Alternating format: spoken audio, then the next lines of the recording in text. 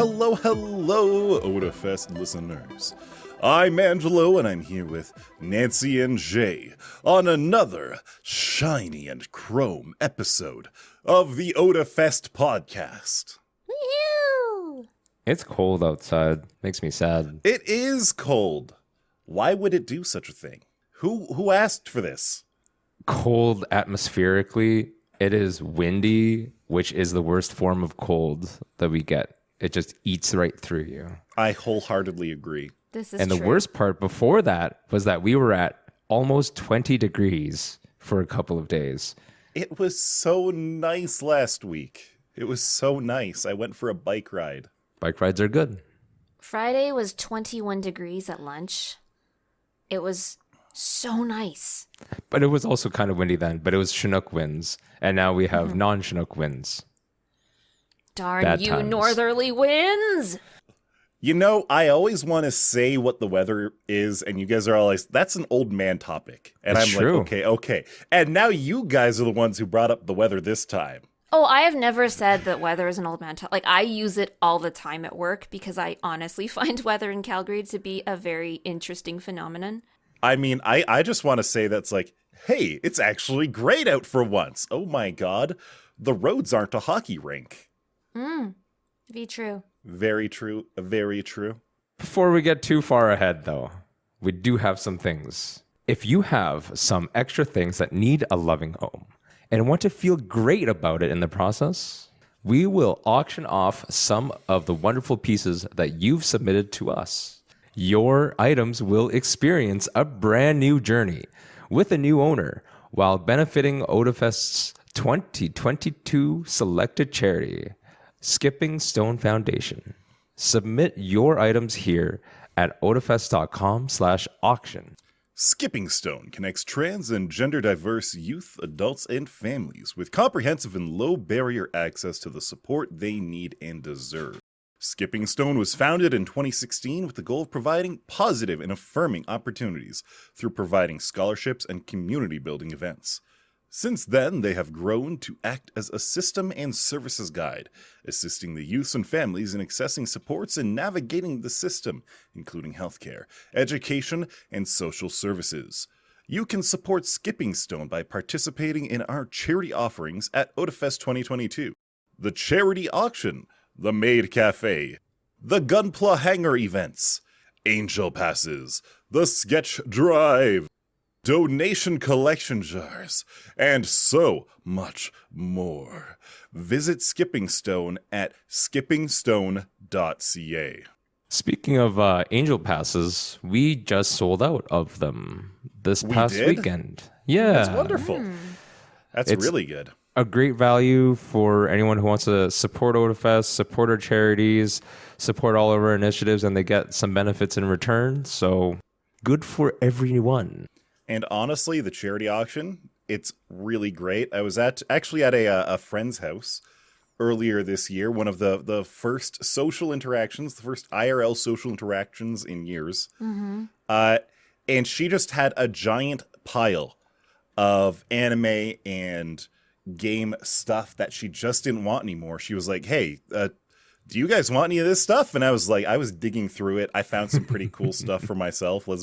I found a giant a pile of Clow cards from Cardcaptor Sakura. Oh my I got God. myself a do-da-da-da-da-da-da-da mug.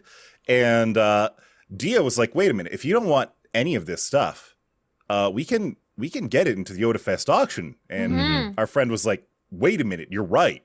A lot of this would be great for that. Yeah. And so we got a big box of stuff to go to the Otafest auction. It was pretty good. Very nice, very nice. Just to be totally clear as well about the auction. So in a typical year, we would have a charity auction and a non-charity auction.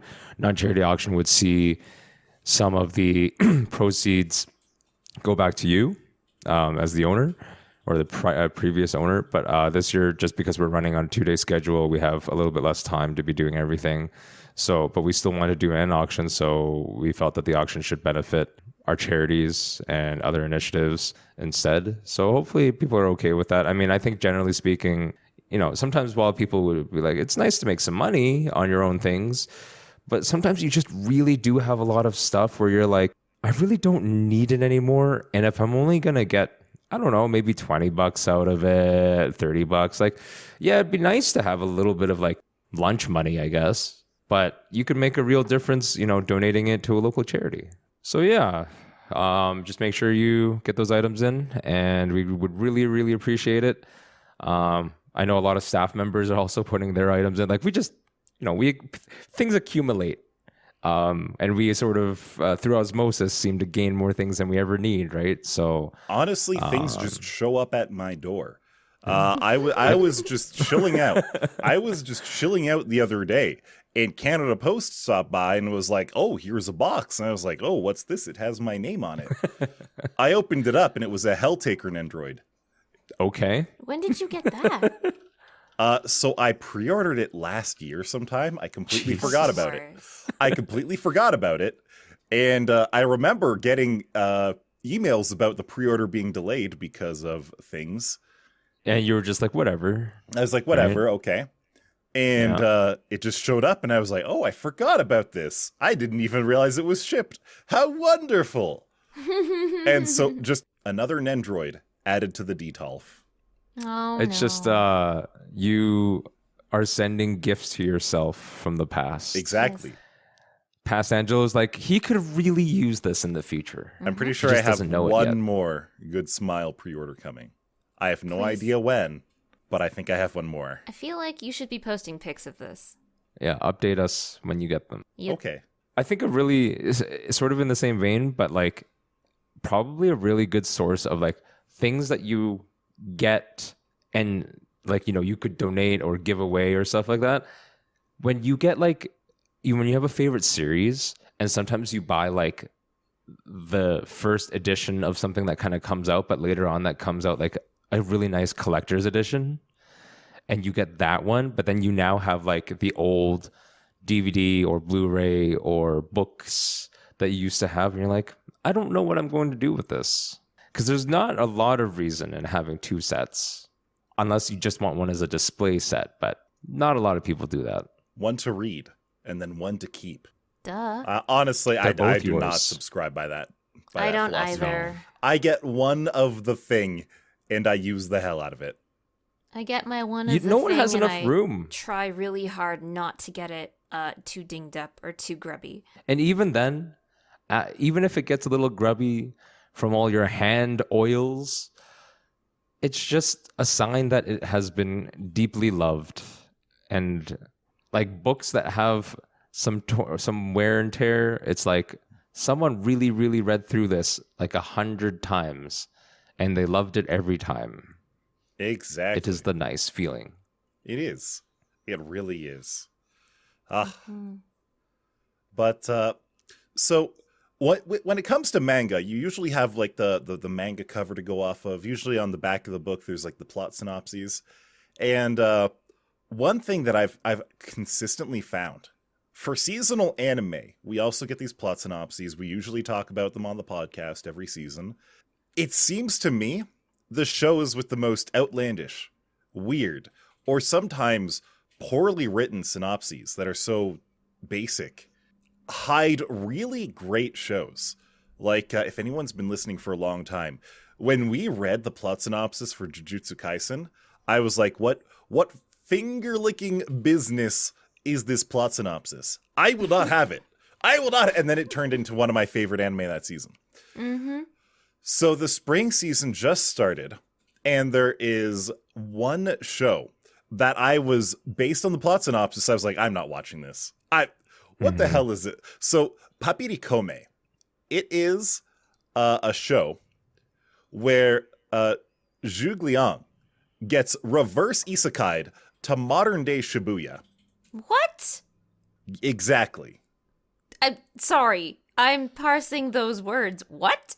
Zhuge Liang gets reverse isekai'd. So, your isekai protagonist dies, and they go to another world. His other And it world just comes back to was modern-day Japan. Shibuya, Japan. Okay. And so it's time for him to party. That was basically what the plot synopsis was. I can only think that like the modern actual equivalent of some like culture shock level of that kind of thing is when a prisoner is released after like 20 years. As close as you can. As especially in the last like 20, 30, 40 years kind of thing, because technology's taken a great jump in the last 40 years, that if you were incarcerated in 1990, but you came out in 2010, imagine how much stuff has changed. Oh, No, yeah. you're not wrong. But Oh, that's yeah. about as close as you can get to an isekai experience within our human lifespans, right?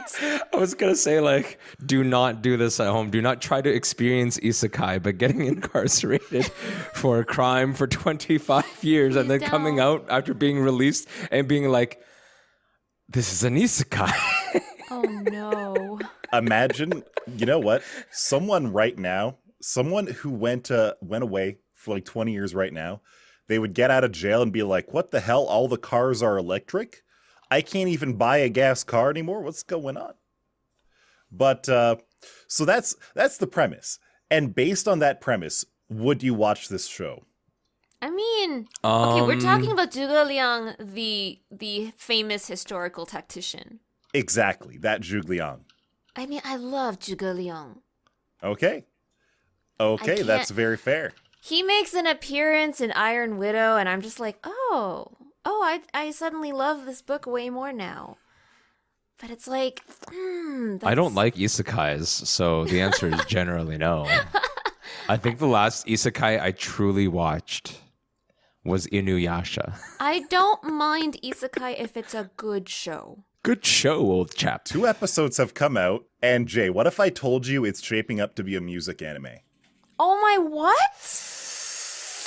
How dare you use my weaknesses against me? Are you serious? A music anime? How dare you With Zhuge Liang? use my interests in a way that would entice me So this girl who to works at a enjoy bar something that I don't enjoy? Okay. ends up helping him out, and he's What's like, the name? Oh, What's the name of this again? the anime? Yeah. Papirikome. I think it's anglicized as Ya Boy Kongming. Jay furiously scribbles I this hate down. that even more. Oh god, I hate it. I hate that so much. So Ya Boy So- Kongming. exactly, don't and know. so the girl who helps him Oh out my god. wants to be a singer, and so he's like, "I am your tactician. I will get you to that will- big stage." I will be No. your manager, son. No. The synopsis from my anime list says, General of the Three Kingdoms. There it is. Kongmei had struggled his whole life, facing countless battles that made him into the accomplished strategist he was. So on his deathbed, he wished only to be reborn into a peaceful world and was sent straight to modern-day Party Central Tokyo. Oh my god. Can even a brilliant strategist like Kongmin adapt to the wild beats and even wilder party people? Seriously, don't- based on that synopsis, I never would have watched this. Nope. I probably wouldn't have either. And then But now I am intensely And then I intrigued. watched the opening. I watched the opening and I was immediately hooked. The music was amazing. The style was amazing. The animation was so good. Like it immediately hyped me up for it. And then me and Dio, we watched the first 2 episodes last night. And we're in episode 2. I'm hooked. I love it. Your boy, Kome is best boy. You're naming him best boy of the season already? Yes. Oh my god. And I mean, He's a brilliant military strategist. How could he not be the best? exactly. Exactly. He is a historically celebrated tactician. I'm not surprised that would lend itself to being a good manager, I guess. So Yeah. many of the characters introduced. There's only about like your 2 main characters, Kome and the girl, And there's some side characters that have been introduced so far. And the animation is on point. The character drama between them is on point. There's like a budding bromance between like Kongming and the bar manager. And it's so fun. It's so fun already. Is it wholesome fun or is it like adrenaline fueled fun? Wholesome fun. Oh my god, no. Ah. Yeah. Having a watch party after this, okay. For all of you Fate Grand Order fans who are like, Zhuge Liang, but he doesn't look like Waver. What's going on here? In the second episode, he uses his noble phantasm to get a bar absolutely bumping, to get the stage filled, to get the crowd jumping. So like if you like Three Kingdoms, if you like Waver from Fate Go, if you are a Zhuge Liang stan, watch this. Or if you hate isekai but like music anime, watch it anyway. Like it's so good. It's so good. You know, I honestly didn't see the exact blend of these specific anime tropes. Did not see that coming. Honestly, I didn't even realize before that PA Works was the studio behind it. And while you can't say that something is definitely going to be good just based on the studio, it is PA Works. That's big. I want to wax poetic on something here. Go for it. So I don't know if you've ever heard the saying. It's not a saying, but it's like this concept, which is like, there are two times that people die. The first is their actual death. And then the second time is when their name is said for the last time. It's the idea that, the memory carries on, right? Kongming is an actual person. He was an actual person. But I highly doubt that in his memory, let's see, how long ago did Kongming live? Many years ago. But I highly, highly doubt that anyone would think that we would be adding to his legacy, if you would, his post-mortem legacy via isekai, idol, music, anime. And I am deeply disturbed. The dude died 1,800 years ago. And in his time, he was very respected on the level of like, the art of war man. Sun Tzu. He was like that level of known and that level of renowned. And now he is in an isekai anime. I just want to point out that this is great. I don't remember if he was like fully deified, but he absolutely has shrines dedicated to his name. Yes. He has like places of honor, if you would. Yes. But like I don't think he was fully deified in the same way that like Guan Yu was. But No. But that's like a very significant level of cultural and historical impact.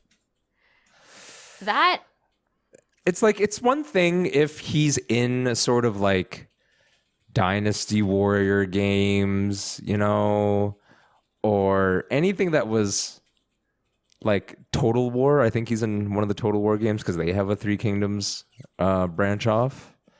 Samurai Warriors. But what they've Dynasty done with Warriors, this, Dynasty Warriors. I don't care from a cultural standpoint. I don't think this is like stupid necessarily. I just think it's hilarious. It is a very it's a twist I did not see coming. There's no way anyone could have known. There's no way that he could have known that anime would become a huge art form, and then he would become an anime featuring prominently in it, specifically in an reverse isekai trope. I mean, there's no way he could have anime. expected an anime about him. But No. way back in the day, and while I am kind of thinking this from like a medieval European sort of point of view, Like, they were always like, yeah, do great things. Bards will sing about you for generations. I feel like they could have thought that people would be telling their story forever or something of that nature. They could have had the foresight to understand that.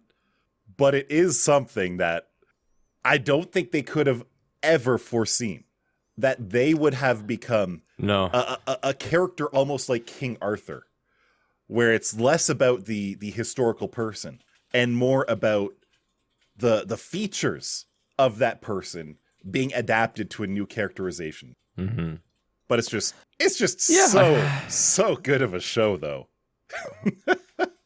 I don't have much to say about it. What I do have to say is, please listen to our next sponsor. If you miss Japan or want to go but haven't had the chance yet, come to Oomomo to get a feel of Japan. Oomomo is a nationwide Japanese lifestyle store carrying over 25,000 different products at affordable prices. You can find Japanese snacks, stationery, beauty and cosmetics, ceramics, cookware, electronics, toys, which are all imported from Japan. We're happy to have a booth in Otafest this year, and we'll offer a free Oomomo tote bag when you spend $20 or more at our booth. Please check out our unique and fun products at oomomostore.com or at our Calgary location in Pacific Place Mall. We hope to see you there. Thank you again to Oomomo for sponsoring Otafest this year. They have a lot of cool stuff. Check them out over at Pacific Place Mall. It's kind of close to like Marlborough area. I've been there before.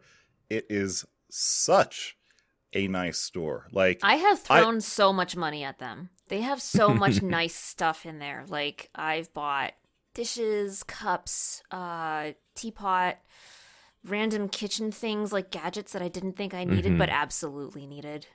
The first time I went there was to get a birthday gift for Dio. I wanted to get her a Donebe for Hot Pot. Aww. And they were one of the places here in Calgary that carried them. And I was like, oh, I know where that is. I'll go check it out. And I found what I was looking for within 5 minutes. But I spent a solid hour just browsing everything in the store because it was just so interesting. I took my cousin there, and same thing happened. It was like, oh, I just need to, look for Tupperware containers. She did come out of there with 20 Tupperware containers, but she also picked up $600 later. Honestly, it feels like that. It really but it's not does. that they're expensive either. They're actually fairly inexpensive, very affordable, very well kind priced. of stuff. They're a step above from what's the sort of Japanese sort of dollar store? Are you thinking Miniso? Yeah. The Daisos and Minisos, they're a step above of that. I would definitely still say they're very a step affordable. above. Oh yeah. But no, Yeah. it's absolutely affordable. And they have snacks. Don't think that you can't afford things in there. I would absolutely say go in, look around. It's really fun. I enjoyed going there. I need to go there again sometime. Yeah, and if anyone out there has a particular love for stationery, they have a huge stationery corner. I've never heard of it. I must never bring Dio there. We will have to stop by IKEA on the way home to get a new piece of furniture to store all the stationery. They also have furniture there, interestingly enough. It's always the really easily collapsible stuff. Ah. But they do have furniture there. Ah. So you could even get your storage solution at Oomomo for all the stuff you need to buy from Oomomo. Oh my god. It actually is a one-stop shop. They've got you. They can even satisfy your random sweet tooth while you're standing in line waiting to pay because it's right next to the snack section. Oh, absolutely. They know exactly what they're doing with that. Oh, it's so good. I picked up a whole bunch of instant noodles from there, and they were all good.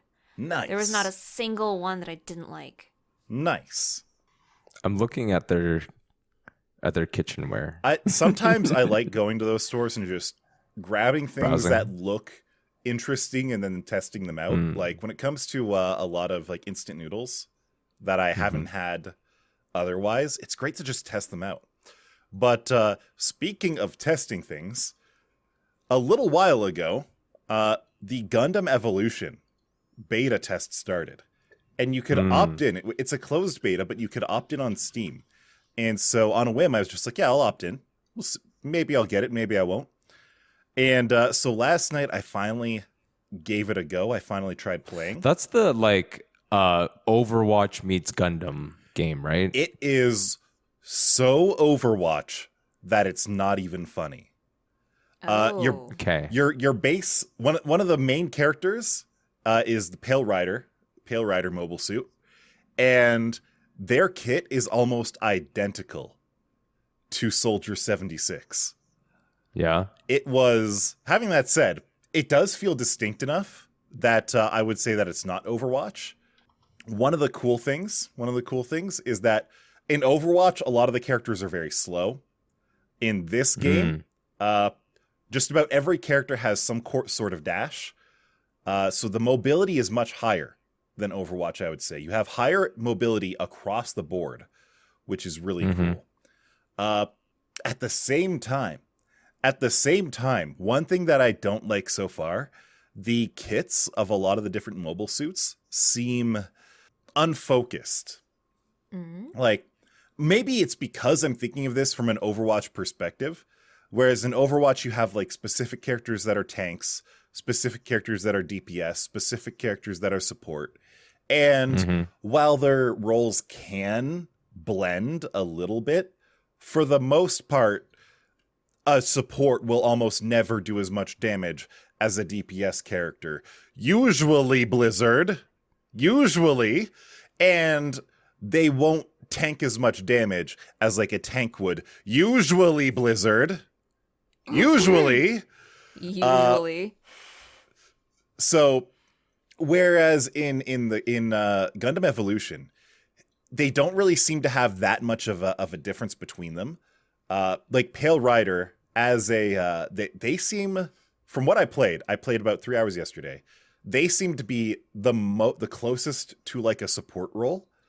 But having that said, they're like Soldier 76. They have like that healing grenade that he has, and that is one of the largest support things that you can do. There's like the Gundam and one of the GM models, the mobile suit models that have a shield. They seem to be the closest thing to a tank, but the regular health pool is actually pretty low.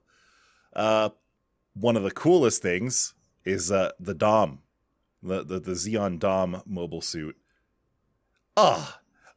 Your regular movement feels like you're on ice skates, and it's just so cool. But you get the dash on top of that. You get this big ass rocket launcher.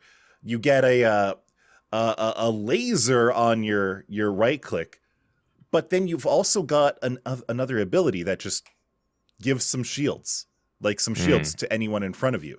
And so it's like, well, am I DPS? Am I supposed to be like defending with this character? Am I supposed to be supporting? And if you think about what the character does, you can kind of push yourself into what role it should be doing. Your units aren't pigeonholed into the roles the way that that Overwatch currently has it. I'm not sure if I like it more or less than Overwatch. I haven't really come to a conclusion on that yet. One thing that I would like to say about Overwatch is that the art style of the game is really nice. I love the ways that all of the maps look. And so far, the 3 maps I think that I've played in Gundam Evolution have felt very samey. So I don't know. I don't have a fully developed thoughts on the game yet. I don't have a fully developed opinion on it, but I think it's neat. And I mean, I love Gundam, so it feels pretty cool. I didn't know it was closed beta. I went on to Steam just now and I applied for it just to see. I don't know. I'm not really into FPSs anymore, but I'm like, it'd be a fun screw around, just to hop on and play a couple rounds kind of thing. So it doesn't hurt necessarily. But yeah, Gundams are cool. FPSs can be fun. I can play as a character called Dom Trooper. Yeah. No, the Dom Trooper is super good. It's one of the easier classes to play according to the game. And Or I could play as can confirm. Bastion. Sorry, did I say Bastion? I meant Gun Tank. Gun Tank Who is actually obviously not Bastion. nothing like Bastion. Not at all. Really? Gun Tank's mobility He is looks actually like Bastion. huge. Sure. And their not? DPS output is actually pretty low. I couldn't Probably really figure out what was going on with Gun Tank. Weird. I couldn't figure out what role they're supposed to be in. It feels like they're supposed to be in almost like a suppressing fire type of role. But it was odd. It was really odd. My thing is, and I'm like, I sort of get it. And like, if you've ever played any of like the Dynasty Warrior ones, like there's not that many super recognizable main character mobile suits I've noticed. But that's because I think, they're usually associated with like being more powerful, having better stats, and then you don't necessarily want to have that because then you would introduce a lot of unbalance into your game. Like you don't necessarily want like a Wing Gundam or like I don't know, lots of other ones that are just again piloted by your mains, your big protag boys. Yeah, there's like there's a lot of the mobile suits that are like your main character. There's a lot mobile of classic suits, ones. Yeah. and it doesn't feel like they're unbalanced in that way. They're not trying to give you the story mode where the Gundam is basically the plot armor and nothing can destroy it. Your Gundams in this game aren't a raid boss, except They are for more Gundam Barbados. of the Gundam yeah, they're Barbados might be a raid boss, but is he unbalanced? it's actually a melee unit. But Yeah. Ya Boy zooms across the map, jumps up high into the air, and then just slams a spear down on you, stunning you. I see. Good God. Is he Reinhardt? I wish. But yeah, because at least then they'd be he's slow. he's the second most recognizable behind, or like third most recognizable behind like Zaku, and then like Gundam RX-78. But that's the thing. Like, I played some of the basic bitch units. Like, I played Zaku. I played Gun Tank.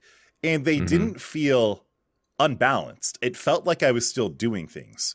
Except the one thing that really bothered me about the game is that there's basically no feedback when you get a kill. You get like a little message in the middle of the screen that says, "Oh, you killed someone. Good job." But there's nothing auditory about it.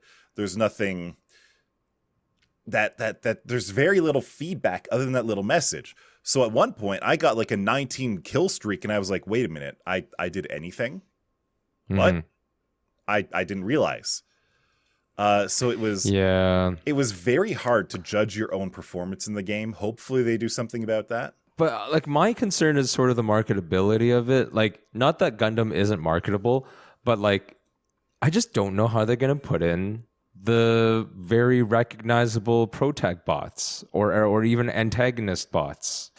Like if you put in a tall geese, isn't a tall geese like crazy built and like gonna be too cool for school amongst all the other minion type Gundams that are going to be part of the roster apparently? Like, you would think that, I'm but very confused. It didn't feel like that. Yeah, but they only have like, it looks like 14 selections or so right now. I don't know. I'm sure they'll figure it out, but I'm kind of like they got big boys like Gundam Barbados, Gundam Exia, along your basic like Zaku's, your Doms, like the kind of basic units that you don't really look twice at, that are just cannon fodder for the series. And despite that, it still can feel good. Each of them have their own usefulness. In fact, I can't remember what their name is, but your basic mobile suit guy who has the shield and he can like use his little pew pew handgun laser. I found him to be easier to use than the Gundam, the Gundam 0079 Gundam. He felt more useful than the titular protagonist of the entire franchise. Oh no. And just I'm because just saying that they're he like he can hold his shield and shoot at the same time. yeah. Like a I don't know. lot of the characters have their own uses that they feel like they have a good role and a unique play style between them, to the point where there shouldn't be power creep between them. I don't know that much about Gundams other than they are cool robots, but there's just a real power imbalance. So I'll be interested to see what it's like in 2 years from now. That's really where it's at. My one fear with this game is that because it probably only appeals to Gundam fans, if they don't get wider appeal to people who want like a team-based shooter, the game will die. That's my doomer belief coming through about this game. Fair enough. Also, I was doing some like Googling about like what the most powerful Gundams are. Apparently they do have one of the most powerful Gundams in the series, in the game already, which is apparently it's called the Turn A Gundam. Oh yeah, Turn A Gundam. Yeah, Turn A Gundam is powered by an artificial black hole. Yeah, What? I felt better using the Dom than Turn A Gundam. I don't know, Nancy. I don't know enough about. I don't know which storyline the Turn A Gundam comes from. It's either. from But Turn A apparently, Gundam. it is one of the most powerful Gundams ever made, Ever. and it is in the game. Okay. But it looks like it has giant energy wings when it wants to fly and hover around. Yeah. So that's pretty cool. I didn't understand. That's its G maneuver, as they call it. I didn't really understand how it worked. I couldn't really use it properly. I wasn't really vibing with it. All I know is that Turn A Gundam can heal itself. It has like a 10-shot laser rifle that you can also like charge. And it can grapple people. You can run up to people and you can suplex them. It's great. That's hilarious. That sounds fun. You can Wow. suplex a Gundam as a giant mustachioed Gundam. It's fantastic. 10 out of 10. That does sound fantastic. Powerful indeed. Yes. Indeed. Speaking of powerful, how about them drugs? Please, Specifically no. the ones dentists use. I'm trying to get those segues down. So recently, Ilya, my dog, my little Pomeranian, Your tiny, adorable Pomeranian with toasted ears. And 42 teeth. that had to go to the dentist. They were like, the vet was like, yeah, they got a tooth that needs to come out. So she got taken to the dentist, and the dentist calls and is like, yeah, so we did the x-rays. There's like 15 teeth that need to come out. Oh. Holy cow. When the problem is 15 times worse than you believe it was. That's so awful. And now apparently with small breeds, this is a thing. And almost all of the teeth that came out were like her very front teeth, these really small teeth that she really doesn't use for anything. Oh. It's like she still has her canines. Oh. I think only My one God. molar had to come out. What is a canine without their canines? So she's got all the teeth that she needs to chew her food and have fun.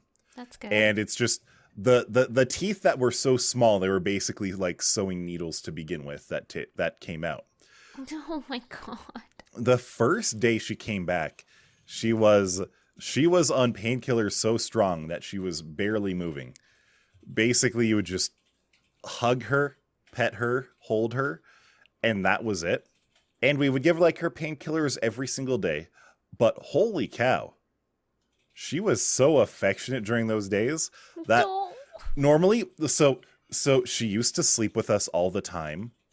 But once she grew up and got sassy, she decided that the couch was her personal bed. Like, we have our bed, mom has a bed, so she needs her own bed. Oh. That's obviously the way it has to happen. She decided.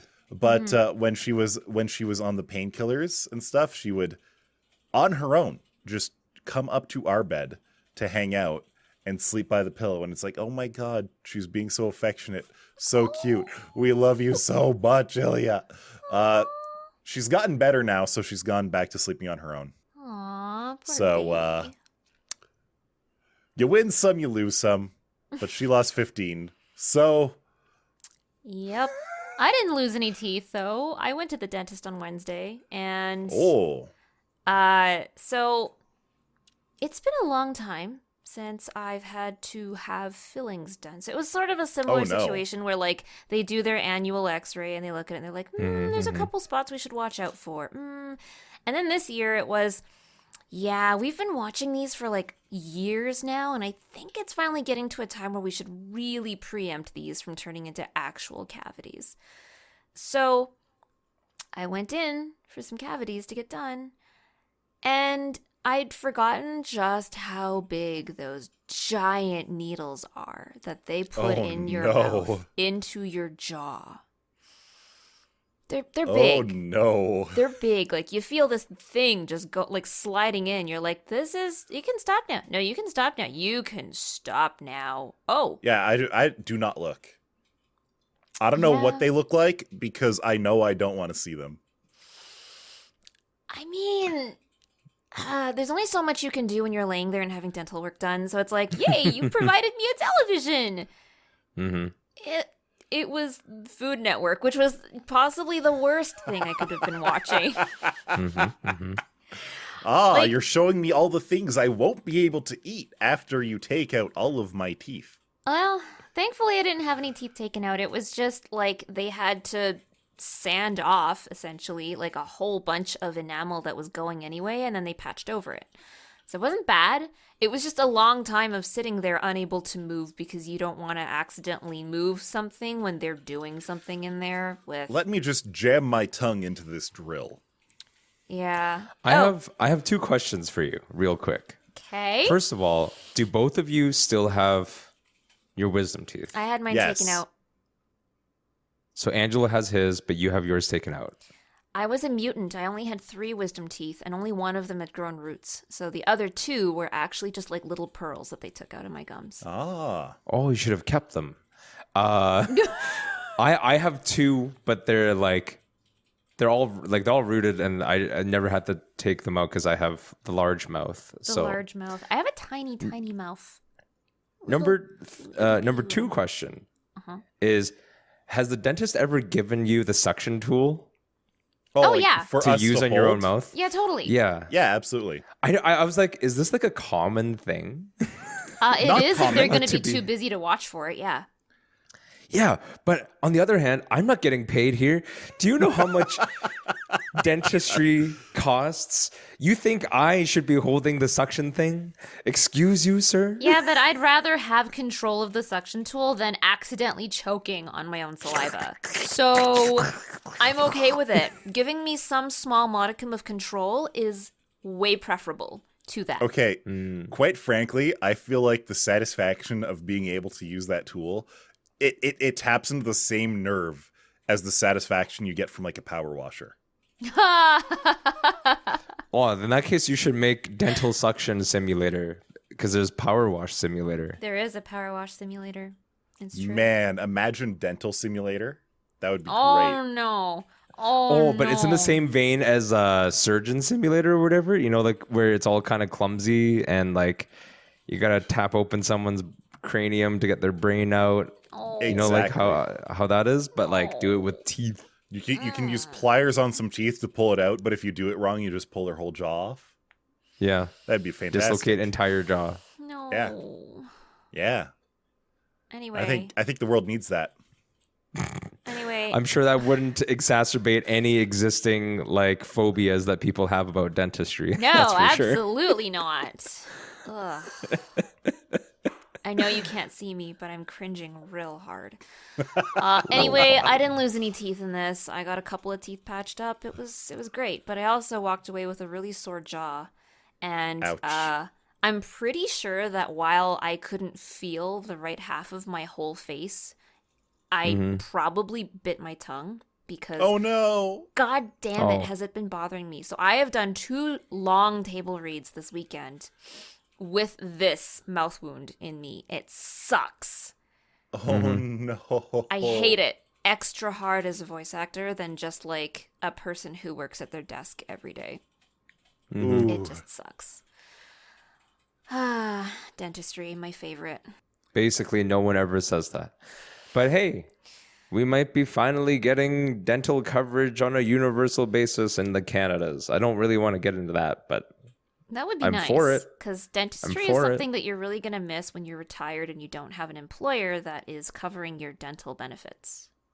Quite frankly, like dental as preventative care, in a country like Canada, where if you let it get so bad that you have to go to the emergency room, the preventative care will actually save Canada as a whole money in So much healthcare money. costs. Yeah, just from a health perspective, a lot of different ailments start from inadequate dental care. Yes. So I don't, like I said, I don't really want to get into that the whole discussion around I'm it. not but qualified there to is- to have there- too many yeah. opinions on it. there is good reason to take care of your teeth. Just Brush every day, all there is to it. twice a day. In fact, I think I need to go brush my teeth right now. Goodbye. Bye. Good night. See you Thanks for next listening. time.